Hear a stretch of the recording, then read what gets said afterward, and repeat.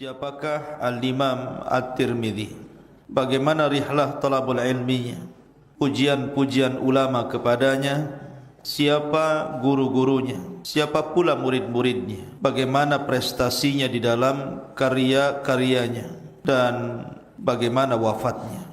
Ini yang kita akan bahas tentang siapa Al-Imam At-Tirmidzi rahimahullahu ta'ala. Imam Tirmidzi namanya adalah Abu Isa Muhammad ibn Isa ibni Saurah As-Sulami At-Tirmidzi. Abu Isa kunyahnya namanya Muhammad ibn Isa ibn Saurah As-Sulami At-Tirmidzi.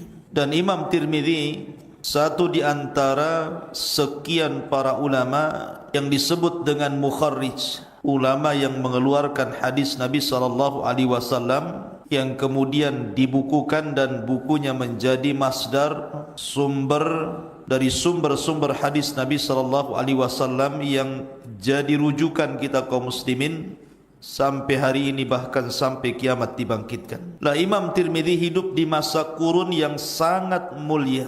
Jadi beliau Imam Tirmidzi itu hidup di masa kurun yang sangat mulia, yang disabdakan Nabi SAW, khairun nasi qarni, thumma alladhina yalunahum, thumma alladhina yalunahum.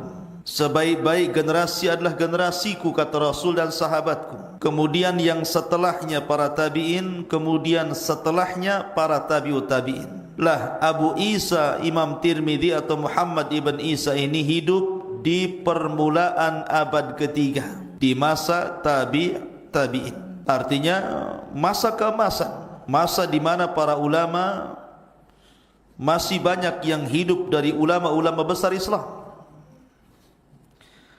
Karena Imam Tirmidzi lahir pada tahun 209 dan wafat pada tahun 279. Lahir pada tahun 209 dan wafat pada tahun 279, dan hidup di masa Daulah Abbasiyah. Adapun kenapa disebut Imam Tirmidzi padahal namanya Muhammad ibn Isa atau kunyahnya Abu Isa. Tirmidzi itu nisbah kepada sebuah kota namanya Tirmidz. Ada kota namanya Tirmidz sebelah selatan Iran, di mana masuk pada daerah kalau sekarang disebut dengan Uzbekistan ya, atau masuk kepada daerah Khurasan. Jadi disebut Imam Tirmidzi, Tirmidzi itu karena dinisbatkan kepada sebuah kota, sebuah daerah. Dan ada yang kemudian membacanya Tarmidz, ada Turmuz, ada Tirmidz. Jadi ada sebagian ulama mengatakan Imam Tarmadhi, ada yang mengatakan Imam Turmudhi, ada yang mengatakan Imam Tirmidzi. Walaupun yang masyhur adalah Imam Tirmidzi ya. Dan itu yang dikuatkan oleh Al-Imam Ibnu Daqiq Al-Aid rahimahullahu taala. Lah, bayangkan Tirmidz ini bukan Arab. Karena sudah saya katakan bahwa di antara ulama-ulama hadis yang asli Arab itu 4 kan? Imam Malik, Imam Ahmad, Imam Muslim, Abu Dawud. Ingat pelajarannya kemarin.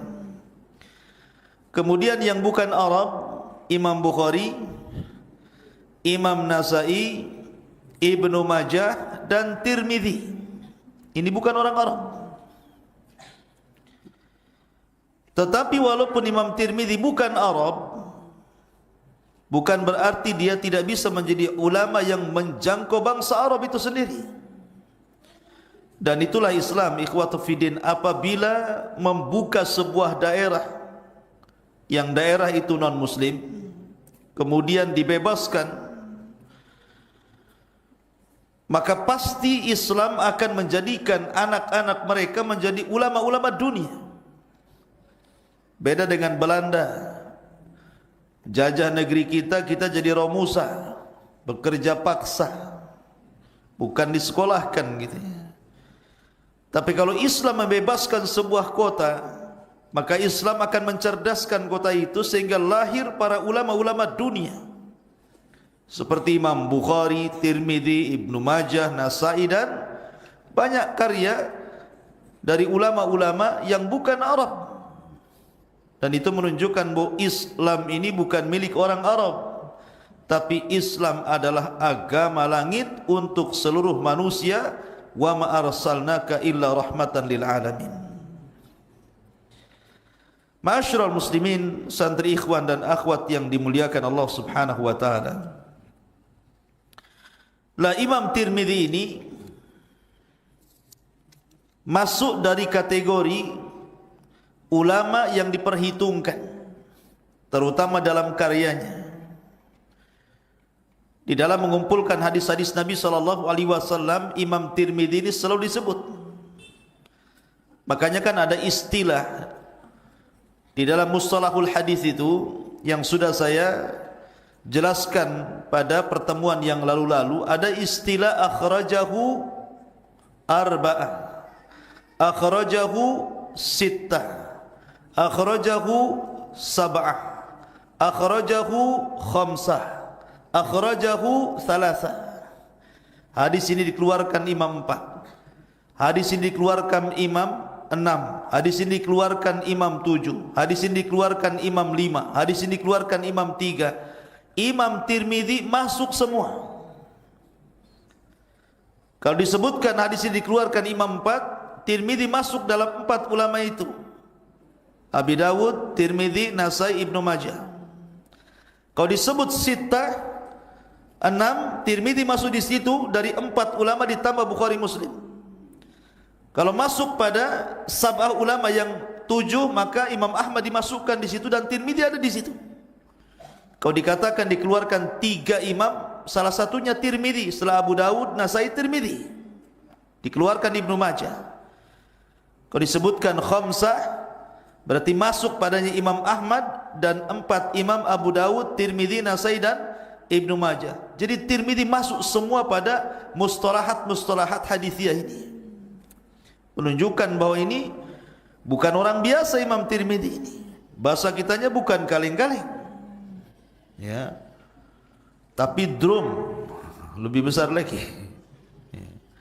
Ma'asyiral muslimin yang dimuliakan Allah Azza wa Jalla, sebagaimana layaknya para ulama dulu, para ulama hadis, mereka suka rihlah, safar untuk mengumpulkan hadis dari berbagai macam daerah dan negara.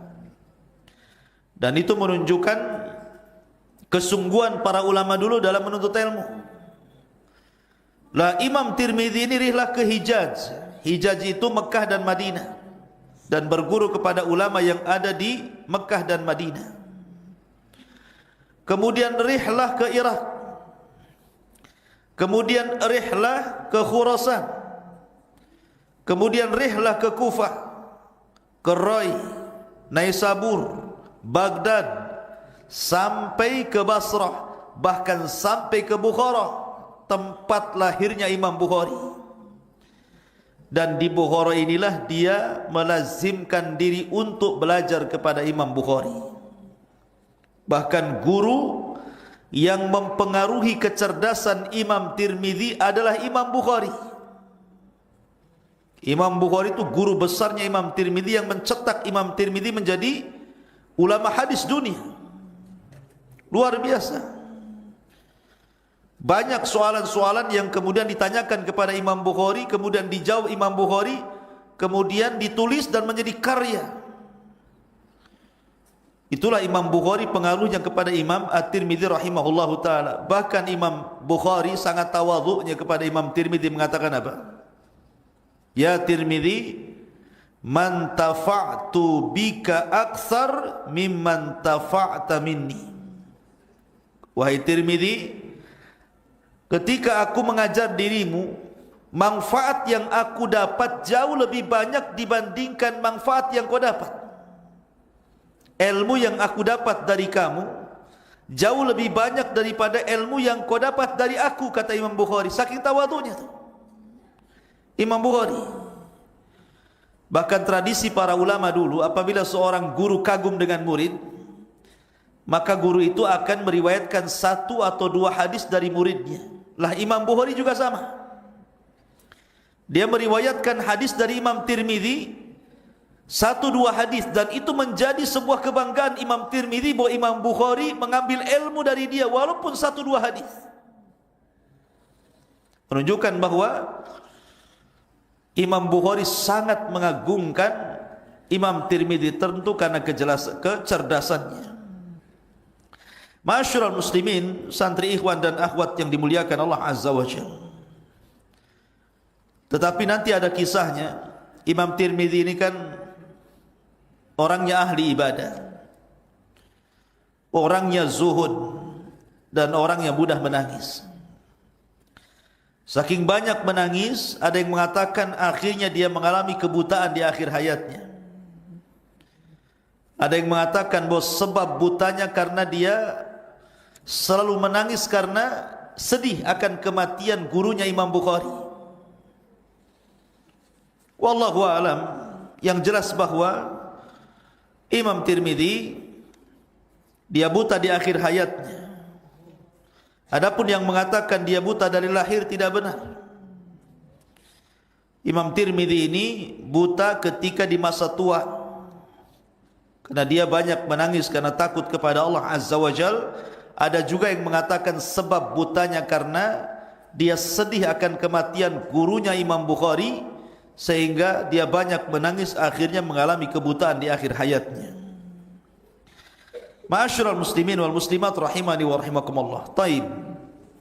Imam Tirmidzi ikhwan adalah tanda dari tanda kebesaran Allah.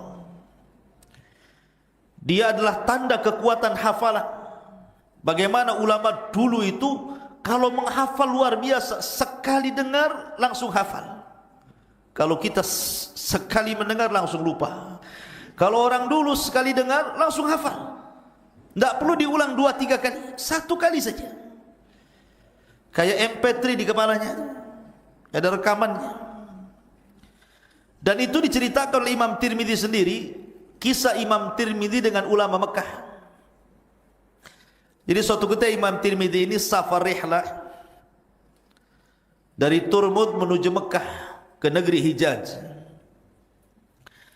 Ketika sampai di Mekah, Imam Tirmidzi ini kemudian berguru dengan salah satu alimin ulama di Makkah. Akhirnya dia pun bawa buku catatan, ya kayak antum ini kalau belajar itu betul kayak buku catatan, karena antum bukan Imam Tirmidzi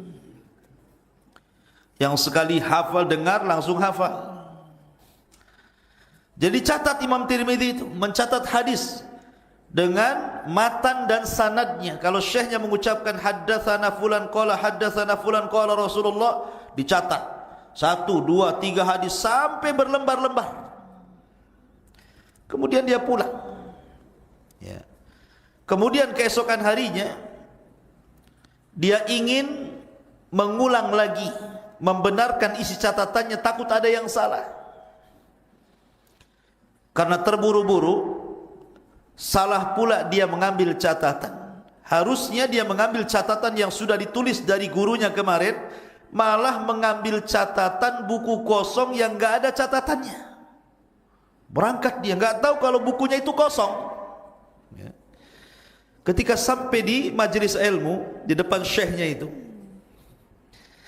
kemudian, dan ini tradisi para ulama, ird namanya, memberitahukan betul enggak catatan ini.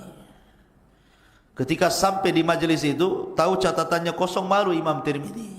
Ditutupnya dia seperti ini. Kemudian syekhnya mengatakan, ada apa kau kemari? Kata Imam Tirmidzi, aku ingin membenarkan catatanku kemarin, takut ada yang salah. Kemudian gurunya membacakan hadis-hadis yang sudah diajarkan kemarin. Imam Tirmidzi hanya bisa nunduk saja, pura-pura melihat catatan seperti ini. Rupanya Allah takdirkan gurunya tahu bahwa itu buku nggak ada catatannya. Marah gurunya. Kau tidak malu dengan aku? Aku sudah mengajarkan kamu. Kau tidak mengejek diriku ya? Kata Imam Tirmidzi, aku lupa ya Syekh. Karena terburu-buru harusnya aku membawa catatan yang berisi catatan ilmu darimu, tetapi karena terburu-buru membawa catatan kosong. Tetapi kata Imam Tirmidzi, ya Syekh, semua yang aku catat ilmu dari kamu, semua hadis-hadis dan riwayat itu aku hafal semua. Kemudian Syekh mengatakan, kalau begitu buktikan kalau kau hafal. Akhirnya dia baca satu persatu hadis Nabi SAW dengan sanadnya, dan tidak ada yang salah satu huruf pun. Syekh ini enggak yakin dengan Imam Tirmidzi ini, dan mengatakan, aku enggak yakin dengan kamu. Mungkin kamu sengaja sebelum datang ke sini kau semalam sudah ngapal dulu. Kau datang kemari kau setoran hafalan, katanya.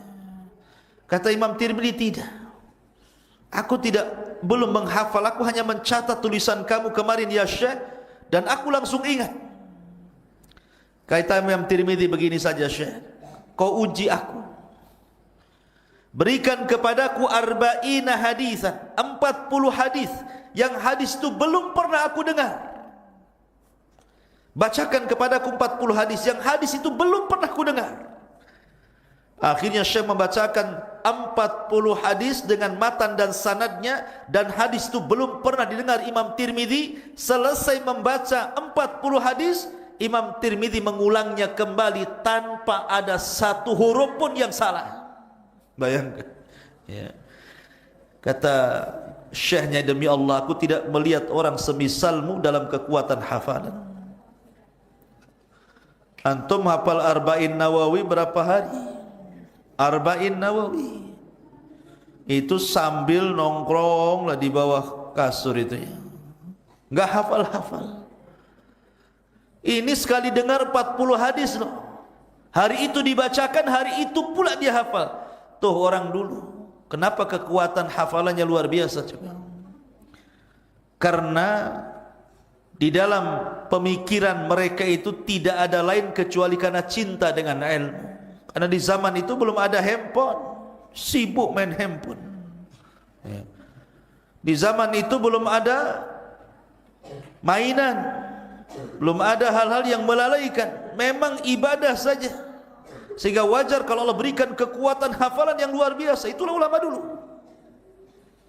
Cintakan dengan ilmu, dengan rihlah. Kalau sekarang ini cinta ilmu, satu sisi cinta futsal, cinta sepak bola, cinta olahraga yang lainnya. Jadi 50-50, kadang belajar, kadang main futsal. Cinta mancing, tahu mancing? Mancing, kayak orang melamun mancing itu. Apa yang dilamunkan coba? Ikan tak dapat, diem saja. Coba bagus bawa Quran dia sambil mancing, kan mantap tuh. Satu kali mancing 1 juz, berarti 30 mancing 30 juz. Nggak ada dapat ikan, mampir ke pasar, beli di pasar. Ma'asyiral muslimin yang dimuliakan Allah Azza wa Jalla.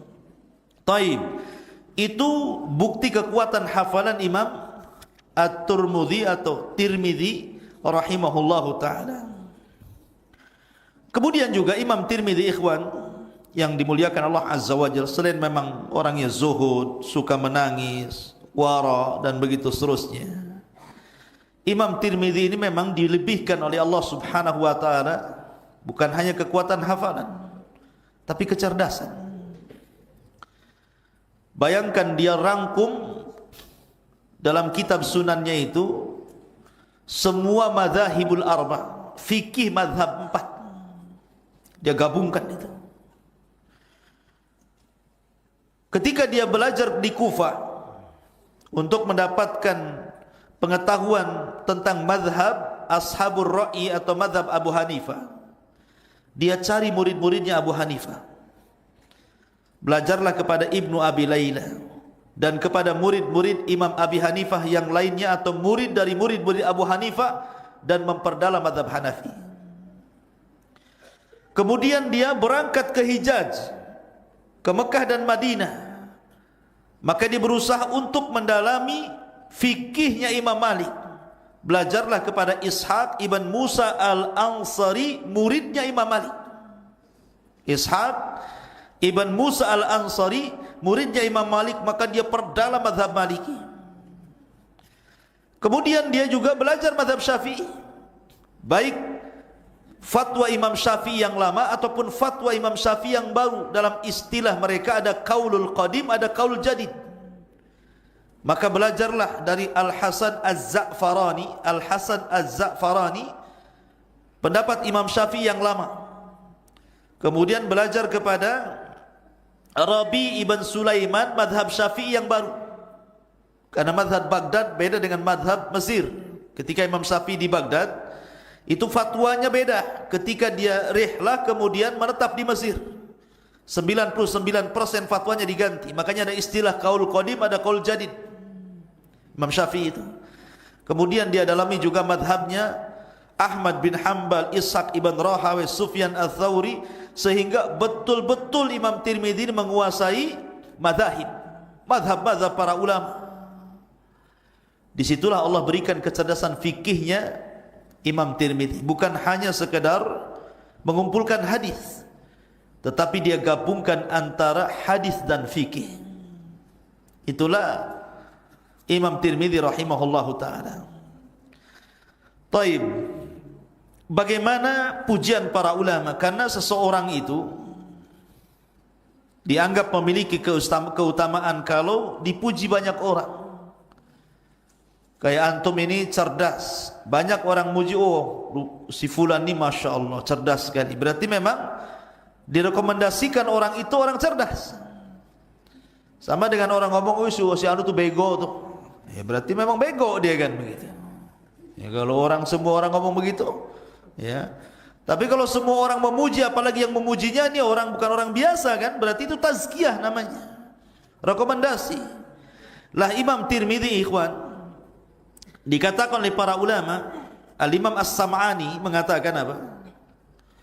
Imamu asrihi bila munazi, ahadul a'immatil ladzina yuqtada bihim fi ilmil hadis. Imam Tirmidzi itu imam besar di zamannya, tidak ada khilaf para ulama. Dan dia adalah imam yang patut diikuti ilmunya, terutama dalam funun hadis, dalam bidang hadis Nabi sallallahu alaihi wasallam. Kemudian juga Al-Imam Al-Hakim, ma'ruf Imam Hakim yang ngarang kitab Mustadrak itu. Imam rawahu Hakim, kita sering mendengar. Imam Hakim mengatakan, samitu Umar ibn Allaq, aku mendengar Umar bin Allaq berkata, matal Bukhari falam yatruk li Khurasani mithla Abi Isa fil ilmi wal hifdi wal wara'i waz zuhdi. Subhanallah. Katanya Imam Hakim, ketika Imam Bukhari meninggal di Khurasan, maka tidak ada yang bisa menggantikan posisi Imam Bukhari kecuali Imam Tirmidzi. Baik pada pengetahuannya, baik pada hafalannya, baik pada waraknya, baik pada zuhudnya. Oh, luar biasa. Jadi Imam Bukhari itu digeser ketika meninggal, posisinya diambil oleh Imam Tirmidzi. Itu menurut Al-Hakim dalam perkataannya Sahibul Mustadrak. Dan lihat perkataan Imam Ibnu Katsir yang mengatakan, ahadu a'immati hada sya'ni fi zamani. Dia adalah satu di antara para ulama yang memiliki pengetahuan dalam bidangnya. Bahkan Imam Ibnu Katsir mengatakan, kana Tirmidzi imaman hafidhan lahu tasanif hasanah minhal jami al-kabir wa huwa ahsanul kutub. Imam Tirmidzi itu adalah seorang imam, seorang hafid, pemilik karya yang baik. Di antaranya adalah Jami al-Kabir, dan itulah sebaik-baiknya kitab yang dikarang beliau. Taib. Sekarang siapa guru-gurunya? Siapa guru-guru Al-Imam At-Tirmidzi dan siapa muridnya? Ma'asyiral muslimin, ikhwan akhwat yang dimuliakan Allah Azza wa Jalla. Saya katakan tadi bahwa Imam Tirmidzi ini sezaman dengan beberapa ulama yang mengeluarkan hadis Nabi sallallahu alaihi wasallamnya. Jadi dia sezaman dengan Abi Dawud, sezaman dengan Nasai gitu ya. Sezaman dengan Ibnu Majah, Bukhari, Muslim, itu sezaman. Bahkan Bukhari, Muslim gurunya, Abi Dawud juga gurunya. Tetapi Imam Tirmidzi pun berserikat dalam guru-guru mereka juga.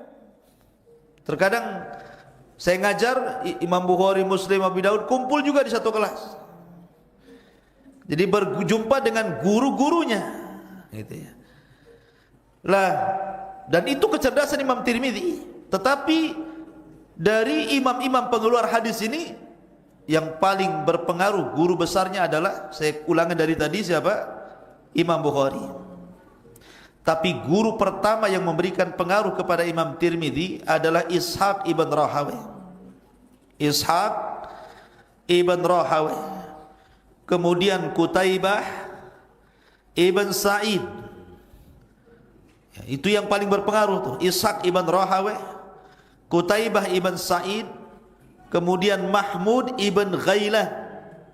Mahmud ibn Ghailan, selain daripada Abu Zur'ah, Ali bin Madini, kemudian juga Abu Dawud, Imam Muslim, itu semua gurunya. Ya, gurunya daripada Imam Tirmidzi.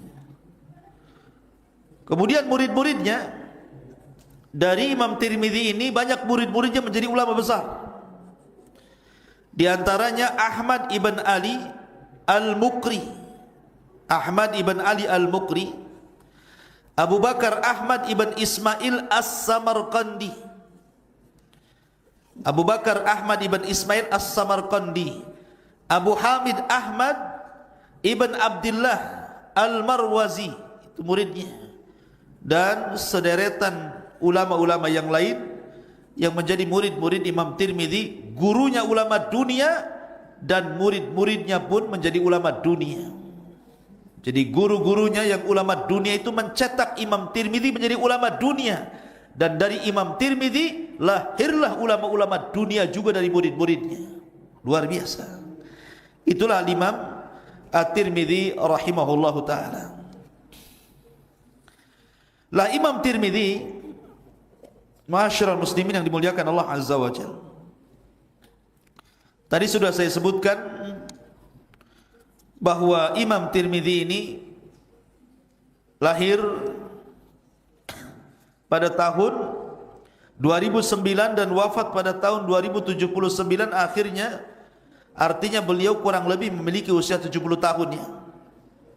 Di usia 70 tahun itulah, tepat di hari Senin di bulan Rajab, hari Senin bulan Rajab tahun 2079 Hijriah, Imam Tirmidzi pun meninggal dunia di Tirmidz.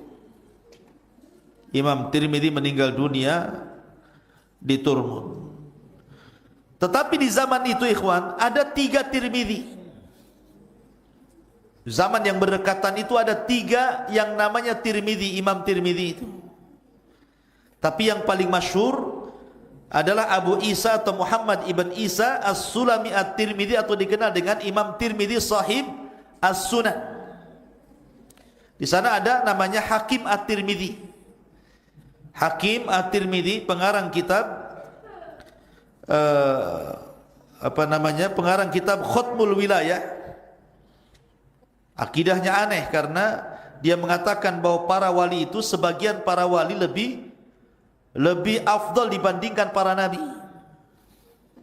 Sebagian para wali lebih afdal dibandingkan para nabi. Pokoknya ucapannya tidak beres ini Hakim At-Tirmidzi ini.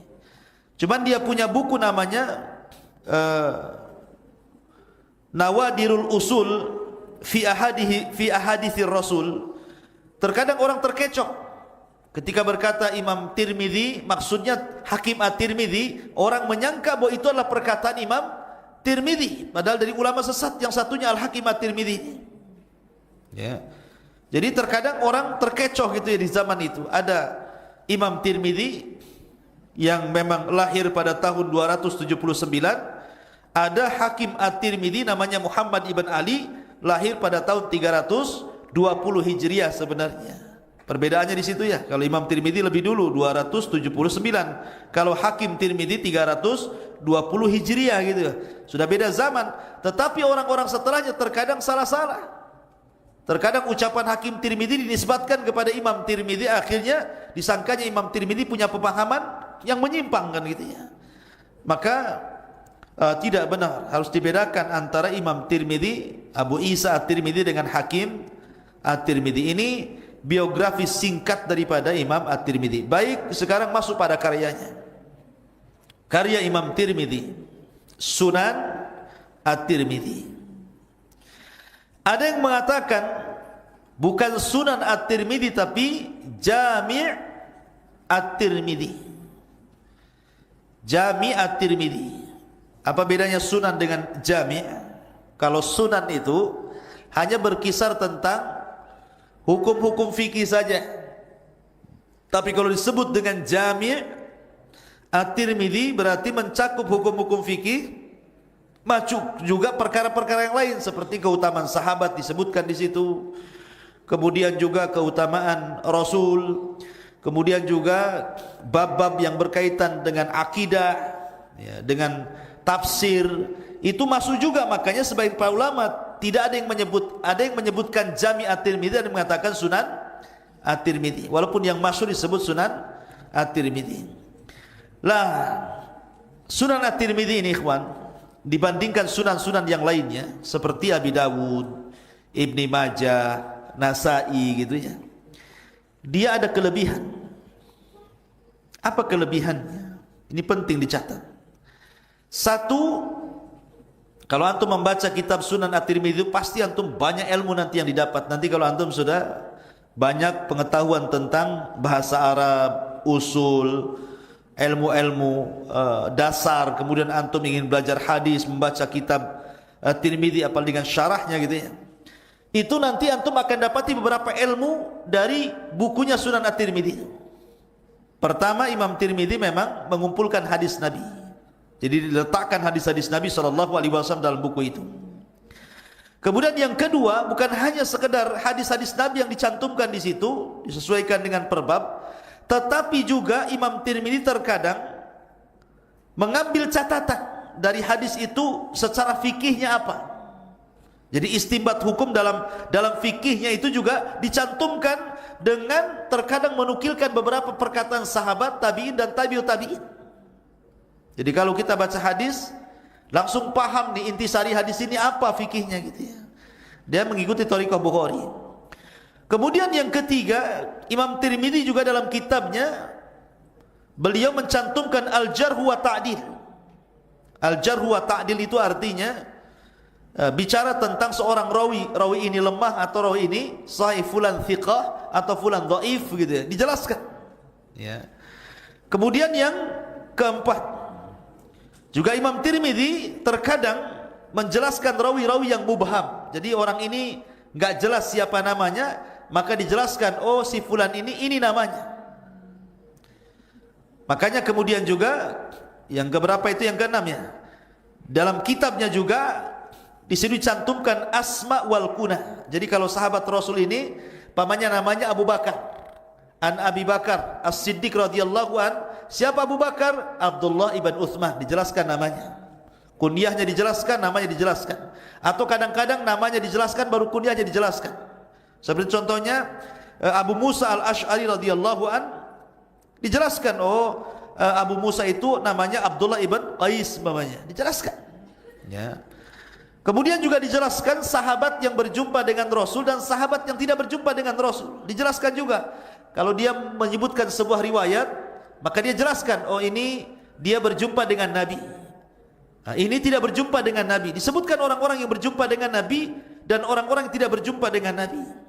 Termasuk juga disebutkan padanya, saya katakan tadi, bukan hanya sekedar hadis Rasul, tapi juga ada perkataan tabi'in, perkataan sahabat gitu kan, seperti mu'alaknya Bukhari. Tetapi beda karena Imam Tirmidzi menyebutkan sanadnya, tapi Imam Bukhari tidak kalau mu'alaknya itu ya. Kemudian juga terkadang Imam Tirmidzi menyebutkan ilal hadisnya, oh hadis ini ma'lul, hadis ini berpenyakit, ada masalah dibicarakan ulama, dijelaskan, ya. Termasuk Imam Tirmidzi ini banyak mempopulerkan bahasa atau istilah dalam hadisnya itu haditsun hasanun sahihun. Kalau baca hadis kan, siapa yang hafal Arba'in Nawawi itu, mesti nanti ada hadis hasan sahih, hadis hasanun sahih. Apa sih maksudnya hasan sahih di sini? Ya. Ada yang mengatakan maksudnya hasan itu baik secara isnad, sahih secara matan. Matan itu redaksi, maksudnya isi hadisnya. Adapun sanad itu orang-orang yang sampai ke hadis itu. Ada yang mengatakan hasan secara isnad, sahih secara matan. Ada juga yang mengatakan bahwa hasan secara makna, sahih secara isnad. Ya. Ada juga yang mengatakan hasan menurut bi'tibar ini dan sahih menurut dengan i'tibar yang lain. Ulama yang mengatakan, ada yang mengatakan ulama ini hasan, ada yang mengatakan ulama sahih. Makanya saya katakan hasan sahih gitu ya. Ada juga yang mengatakan yang dimaksud hasan di sini hasan lidzati, dan yang dimaksud sahih adalah sahih li ghairi. Itu istilah yang disebutkan Imam Tirmidzi biasanya ketika menghukumi sebuah hadis. Ada sering mempopulerkan, walaupun sebelumnya sudah ada yang mengatakan hadis hasan sahih, tetapi Imam Tirmidzi lah yang sangat berpengaruh ketika mempopulerkan istilah hasan sahih ini. Intinya bahwa ikhwatu fillah muliakan Allah Azza wa Jal, karena karya Imam Tirmidzi ini luar biasa, makanya kemudian banyak para ulama itu yang mensyarah kitab beliau Imam Tirmidzi rahimahullahu taala. Di antaranya kalau kita melihat syarahnya beliau yang dikarang oleh banyak para ulama, seperti Aridatul Ahwadhi. Aridatul Ahwadhi itu syarahnya Sunan Tirmidzi yang ngarang Ibnul Arabi Al-Maliki. Antum tulis di antara syarah Sunan Tirmidzi Aridatul Ahwadhi karya Ibnul Arabi Al-Maliki. Ada juga Tuhfatul Ahwadhi, dan ini yang paling bagus nih. Syarah yang paling bagus kepada Sunan Tirmidzi itu Tuhfatul Ahwadhi namanya. Yang mengarang Al-Mubarak, ini Al-Mubarak Furi, ya. Kemudian juga ada namanya An-Nafhu Asy-Syudi, ya. An-Nafhu Asy-Syudi Libni Sayyidin Nas. Kemudian juga ada juga syarahnya Ibnu Hajar Al-Asqalani, tapi tidak selesai. Tapi banyaknya para ulama-ulama kondang mensyarah kitab Sunan Tirmidzi, menunjukkan memang berkahnya Sunan Tirmidzi ini, terutama bagi para ulama fuqaha.